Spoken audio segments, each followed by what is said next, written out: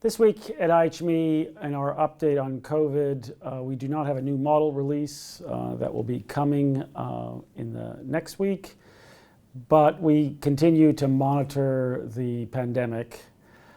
We are really reaching at the global level an extraordinarily low level of the impact of COVID. In fact, the death toll at the daily level has now reached to the level we last saw in about March 20th of 2020.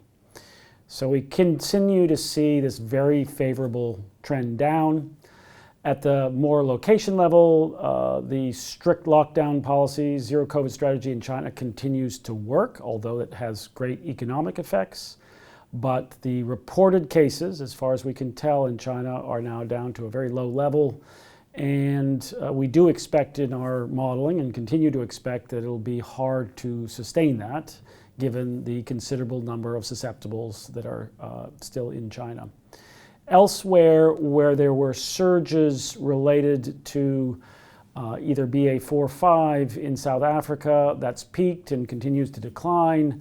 The BA.2 surges in Europe seem to have all peaked and are pretty much declining. And here in the US, as we expected, at the national level, it appears that case reporting has peaked and is starting to come down, but of course that varies by location. The decline is more in the Northeast. Other states are still on the upswing, but nationally we should start to see the numbers come down.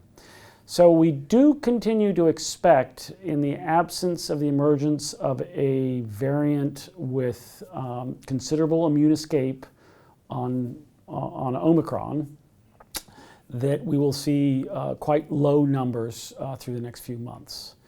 Of course, we've learned through the pandemic that the emergence of a new variant can completely change the story in a very quick manner. But for now, it does appear like those countries that have largely returning to pre-COVID levels of interaction, very low levels of mask use, will continue to see low or even declining transmission, and certainly lower declining impacts in terms of death, given the slow but steady scale up of the use of antivirals. So very favorable conditions for the moment. We do strongly believe it's important to keep up surveillance and to be ready on a country-by-country basis to respond with booster shots, with access to antivirals, and if a very dangerous, high-severity new variant with immune escape emerged, to be able to reconsider other actions as well.